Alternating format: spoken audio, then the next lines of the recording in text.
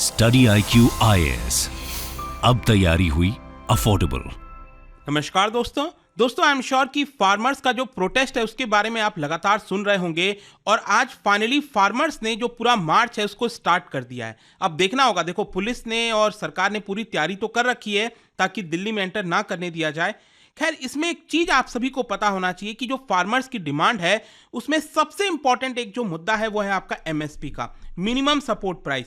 और इस बार फार्मर्स का कहना है कि देखिए यहां पर मिनिमम सपोर्ट प्राइस हमें लॉ के तहत चाहिए, कानून के तहत चाहिए, तभी हम यहां पर मानेंगे। तो देखना होगा कि एग्जैक्टली क्या होता है उसको लेकर। लेकिन इस वीडियो में हम थोड़ा समझने की कोशिश करेंगे कि क्या MSP एक्चुअली फीजिबल है, क्या MSP एक्चुअली पॉसिबल है, क्या किसी तरह का कोई दूसरा मॉडल है जो भारत के किसी राज्य में इंप्लीमेंट हो रखा है। इस वीडियो से आपको बहुत कुछ जानने को मिलेगा और जो पूरा थॉट प्रोसेस है ना MSP को लेकर, वो सारी चीजों में क्लैरिटी आपको आ जाएगी। काफी कुछ जानेंगे, चलिए आगे बढ़ते हैं। लेकिन उससे पहले ध्यान रखिएगा दोस्तों, हमारा बसंत पंचमी का सेल चल रहा है सभी कोर्सेज के ऊपर। अगर आप स्टडी IQ पर कल तक कोई भी बैच या कोर्स लेते हैं तो आपको मैक्सिमम डिस्काउंट मिलेगा। जैसे कि हमारा जो फाउंडेशन बैच है इसके अंदर पूरी तैयारी कराई जाती है, प्रीलिम्स, मेंस, इंटरव्यू सब कुछ आपको मिलता है, ये आप ज्वाइन कर सकते हैं। या फिर अगर आप इस साल 26 मई को होने वाले प्रीलिम्स को दे रहे हैं, प्रीलिम्स क्रैक करना चाहते हैं, तो हमारा SIP प्लस ये वाला बैच ज्वाइन कर सकते हैं। किसी को भी अवेल करने के लिए हमारे वेबसाइट ऐप पर जाइए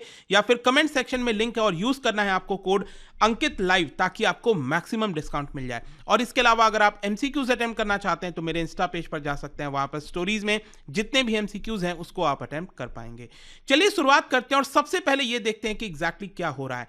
देखिए फार्मर्स जो है ना, यहां पर आपको एक चीज सबसे पहले समझने की जरूरत है कि जो फार्मर्स हैं वो MSP की डिमांड करते ही क्यों हैं।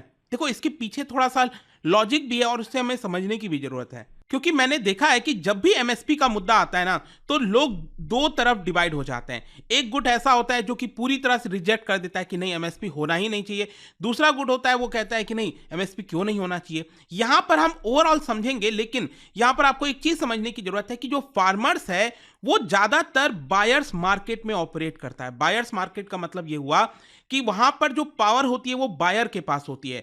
होलसेल मार्केट में अब क्या होता है ना कि मान लो हार्वेस्टिंग हुआ, बहुत सारा प्रोड्यूस इकट्ठा हो गया, जो क्रॉप है, जो बहुत सारा जो प्रोड्यूस है, अनाज है, वो इकट्ठा हो गया, तो सभी फार्मर्स पहुंच जाते हैं मंडी अपना सामान बेचने के लिए, अपने क्रॉप्स को बेचने के लिए। तो उसकी वजह से क्या होता है, अचानक से सप्लाई उस समय बहुत ज्यादा बढ़ जाती है और ये फेवर करता है बायर के हाथ में। तो बायर के पास मतलब कि यहां पर यूजुअली क्या होता है, कई बार अगर आपने देखा होगा इंडस्ट्रीज वगैरह के केस में, जो लोग मैन्युफैक्चरिंग करते हैं वो अपने हिसाब से MRP वगैरह डिसाइड कर सकते हैं कि वो सामान को मार्केट में किस हिसाब से बेचना है, कितने प्राइस में बेचना है। लेकिन फार्मर्स ज्यादातर अगर आप देखोगे उनको जो भी प्राइस मिलता है वो उस हिसाब से प्राइस ले लेते हैं और अपने क्रॉप्स को बेच देते हैं। इनफैक्ट यहां पर बस एक चीज है, हाँ, जो मिल्क वाला केस है ना, अगर आपने देखा होगा दूध वाला, तो उसमें काफी हद तक फार्मर्स को फायदा हुआ है उस वाले केस में। लेकिन यहां पर वर्ष एक और चीज आपको समझना है कि वो अपना सामान बेचते तो होलसेल मार्केट में है बायर, लेकिन उनका जितना भी कॉस्टिंग आता है ना, चाहे आप सीड्स की बात करिए, पेस्टिसाइड्स की बात करिए, डीजल की बात करिए, ट्रैक्टर्स की बात करिए, वो कॉस्ट उनको रिटेल प्राइस का देना होता है। और ऑब्वियस सी बात है, उनका डेली जीवन का जो भी वो सामान खर्च करते हैं, टूथपेस्ट से लेकर हर एक चीज, उसके लिए वो रिटेल प्राइस जो है पे करते हैं। लेकिन अल्टीमेटली वो बेचते किस तरह है सामान, होलसेल प्राइस पर। और साथ ही साथ ये सारी चीजों को देखते हुए यहां पर जो फार्मर्स हैं वो डिमांड करते रहते हैं कि उनको अपने क्रॉप्स पर MSP चाहिए। और इसीलिए अभी क्योंकि लोकसभा का भी चुनाव होने वाला है तो कहीं ना कहीं इसको लेकर प्रेशर बनाया जा रहा है कि हमें MSP लीगल फॉर्म में चाहिए, मतलब एक कानून सरकार पास करे ताकि हर साल जो भी वो प्रोड्यूस करते हैं, जो भी जिस तरह का क्रॉप वो लेकर आते हैं, उनको उसके ऊपर MSP मिलना ही चाहिए, मिनिमम सपोर्ट प्राइस मिलना ही चाहिए। अब देखिए यहां पर अगर हम इकोनॉमिस्ट की बात करें कि इकोनॉमिस्ट का क्या सोचना है इसको लेकर, देखो इकोनॉमिस्ट का ये सिंपल अर्थ है, कहना है कि MSP नहीं दे सकती सरकार। It is not feasible, it is not possible actually कि देश में जितना भी जो भी प्रोड्यूस हो रहा है सरकार उसको सब खरीद ले और यहां पर जितना जो MSP तय किया गया उस हिसाब से दे दे। It is actually not feasible. Rather than that यहां पर सरकार इनकम सपोर्ट प्रोवाइड कर सकती है, जो फार्मर्स हैं उनको कुछ हद तक पैसे वगैरह दे सकती है। जैसे कि फॉर एग्जाम्पल मैं आपको बताऊं, सेंट्रल गवर्नमेंट की एक स्कीम है PM किसान सम्मान निधि, आपको पता ही होगा 6,000 रुपए सालाना दिया जाता है। इसी प्रकार से तेलंगाना के अंदर KCR के द्वारा लाया गया था रायतू बंधु, वो पर एकड़ के बेसिस पर यहां पर दिया जाता है। तो यहां पर क्या है कि इकोनॉमिस्ट का कहना है कि हम फार्मर्स को इनकम सपोर्ट प्रोवाइड कर सकते हैं ताकि थोड़ी बहुत उनको मदद होती रहे। लेकिन इसका एक दूसरा साइड ये है कि अगर मान लो सबको, मतलब अभी देखो ये जो प्राइस दिया जाता है ना, ये इनकम सपोर्ट दिया जाता है, वो कोई बहुत लार्ज स्केल पर नहीं है। लेकिन अगर लार्ज स्केल पर अगर दिया जाने लगेगा और सबको दिया जाने लगेगा तो जो रियल प्रोड्यूसिंग फार्मर्स हैं वो कहीं ना कहीं पीछे हट सकता है, मतलब उसके लिए प्रॉब्लम हो सकती है। क्योंकि फार्मिंग आज के डेट में आप देखोगे बहुत से लोग इसको सेकेंडरी ऑप्शन की तरह लेते हैं, मतलब उनका मैन्युफैक्चरिंग है, काम है, कहीं और जॉब कर रहे हैं, साथ ही साथ साइड में फार्मिंग भी चल रहा है, तो वो उसकी वजह से कहीं ना कहीं डिस्टॉर्शन हो सकता है। यहां पर इकोनॉमिस्ट का सिंपल अर्थ यह है, कहना है कि प्राइस सपोर्ट उनके लिए देना चाहिए जो अपने क्रॉप को डाइवर्सिफाई करना चाहते हैं। जैसे कि आज के डेट में अगर आप देखोगे पंजाब वगैरह में क्या हालत है, ग्राउंड वाटर लेवल जो है सिचुएशन आपको पता ही है कितना नीचे चला गया है, क्योंकि राइस वगैरह ही की खेती की जाती है। तो यहां पर उनको शिफ्ट करना चाहिए पल्सेस की तरफ, मिलेट्स की तरफ, ठीक है। अब जो लेस वाटर इंटेंसिव क्रॉप है ना, उसकी तरफ उनको शिफ्ट करने की कोशिश करनी चाहिए ये। और उसके लिए क्या है, उसके लिए यहां पर जो प्राइस सपोर्ट है, इनकम सपोर्ट है, वो सरकार प्रोवाइड कर सकती है। लेकिन अगर मैं कहूं कि यहां पर एमएसपी गारंटी मिलना चाहिए, अगर मान लो फार्मर्स ये डिमांड कर रहे हैं, तो कैसे ये पॉसिबल हो सकता है एमएसपी की जब हम गारंटी की बात करते हैं? देखो दो तरीका हो सकता है, दो कन्वेंशनल जो पहले के अगर हम वेज देखें ना, दो तरीके के हो सकते हैं एमएसपी गारंटी। पहला है और ये ऑलरेडी होता है शुगर केन के केस में।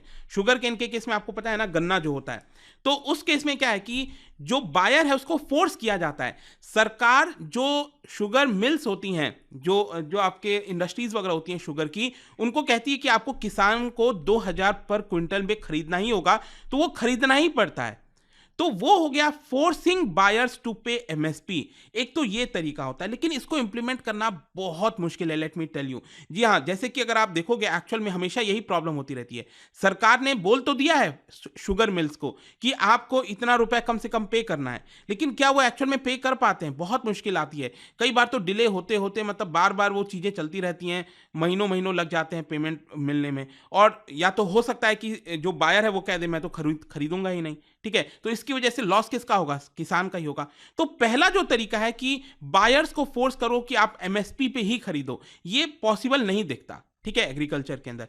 फिर दूसरा तरीका क्या है एमएसपी गारंटी देने का? वो है सरकारी एजेंसीज खुद से ही सारा क्रॉप खरीद ले। और देखो ये तो हम सब जानते हैं, कहीं ना कहीं भले ही कोई कितना भी बोल दे कि सरकार को एमएसपी देना चाहिए, और किस तरह देना चाहिए। क्या सरकार सब कुछ, देश में जितना कुछ क्रॉप है, क्या सब कुछ सरकार ले लेगी? क्या आपको लगता है इज इट पॉसिबल? मतलब वेयर हाउसिंग से लेकर उसको स्टोर कहां करेगी? आज के डेट में ही जितना खरीदती है, आपने देखा होगा कितनी न्यूज आती है कि यहां पर सड़ गया, अनाज सड़ गया, वेयर हाउसिंग वगैरह में प्रॉब्लम हो गई। तो वो सारी समस्या बहुत ज्यादा है। तो ये तो अनसस्टेनेबल है बोथ फिजिकली एंड फिजिकली कि सरकार सब कुछ खरीद ले। तो ये जो दोनों तरीका मैंने आपको बताया, ये शायद फिजिबल नहीं लग रहा है। अब ये तीसरा तरीके पर हम आते हैं जो कि शायद फिजिबल लगे, और ये एमएसपी की तरह वर्क कर सकता है, और इसको कहा जाता है प्राइस डेफिशिएंसी पेमेंट, ठीक है।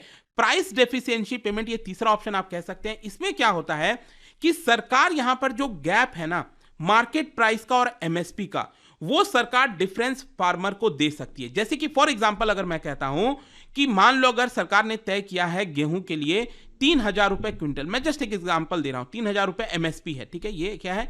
एमएसपी है। और जो फार्मर है वो जब अपना अनाज लेकर गया मंडी में, तो वहां पर उसने उसको बेचा 2000 रुपए में, ठीक है, जो कि मार्केट प्राइस है, उसने 2000 रुपए में बेच दिया।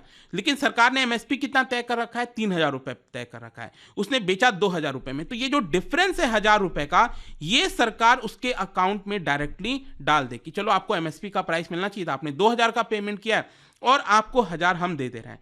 तो ये एक तरह से लागू किया जा सकता है, ये शायद फिजिबल लगता है। लेकिन क्वेश्चन ये है कि क्या अभी देश में ऐसा मॉडल लाया गया है? बिल्कुल लाया गया है। मैं आपको बता दूं, मध्य प्रदेश पहला राज्य बना था इस तरह का मॉडल लाने वाला, और उसका नाम क्या था इस योजना का? वो था भावांतर भुगतान योजना। जी हां, भावांतर भुगतान योजना।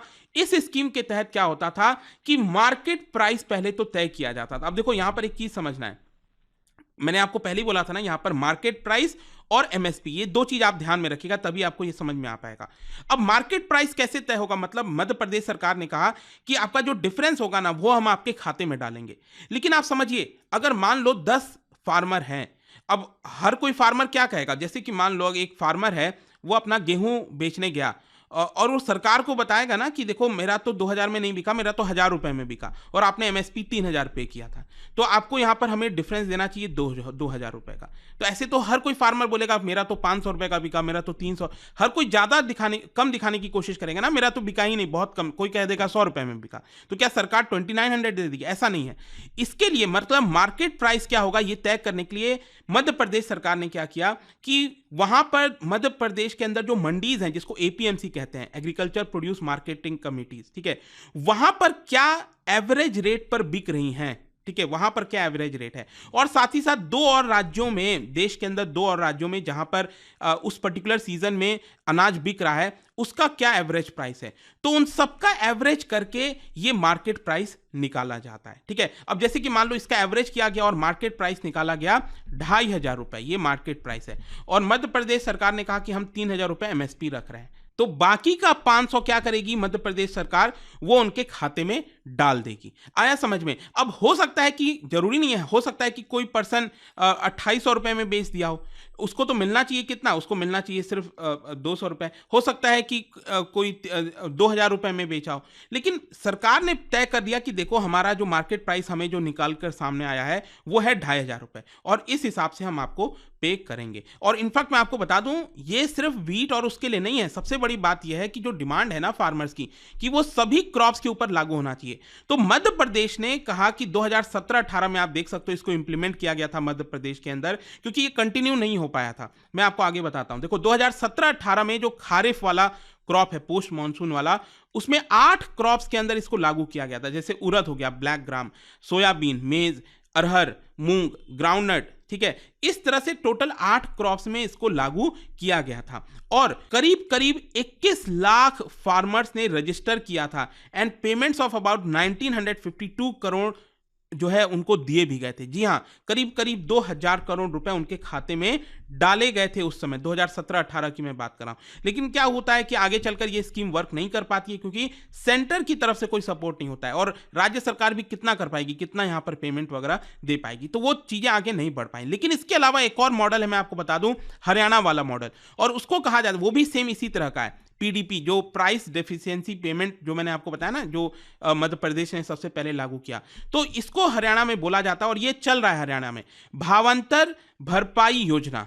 तो ये जो मॉडल है, इसके तहत क्या होता है कि आप देख सकते हो हरियाणा में करीब करीब बाजरा, मस्टर्ड, सनफ्लावर सीड, इनके ऊपर ये लागू किया गया है। लेकिन टेक्निकली सरकार ने बोला है कि हम तो मूंग पर भी देंगे, चना पर भी देंगे, 16 वेजिटेबल पर देंगे, 3 फ्रूट क्रॉप पर देंगे, लेकिन रियलिटी कुछ अलग हो जाती है, आप सबको पता ही है, भले ही पेपर में कितना लिख दे कि हम सभी पर देंगे, लेकिन होता कुछ ही पर है। और इसको अवेल करने के लिए यहाँ पर क्या करना होता है, फार्मर्स को अपने आप को रजिस्टर करना होता है अगर उनको इस स्कीम के तहत आना है, और वहां पर एक पोर्टल है हरियाणा का, दैट इज मेरी फसल मेरा ब्यौरा, ठीक है, ये पोर्टल है, वहां पर जाकर अपने आप को रजिस्टर कर सकते हैं। अब देखिए हरियाणा वाले मॉडल में क्या है ना, इसमें मिक्स है दोनों का, एक तो फिजिकल प्रोक्योरमेंट और दूसरा पीडीपी, मतलब जो मैंने मध्य प्रदेश वाला बताया, प्राइस डेफिशिएंसी पेमेंट, वो भी सरकार कई बार करती है, और कई बार फिजिकल प्रोक्योरमेंट खुद से भी यहां पर प्रोक्योर कर लेती है।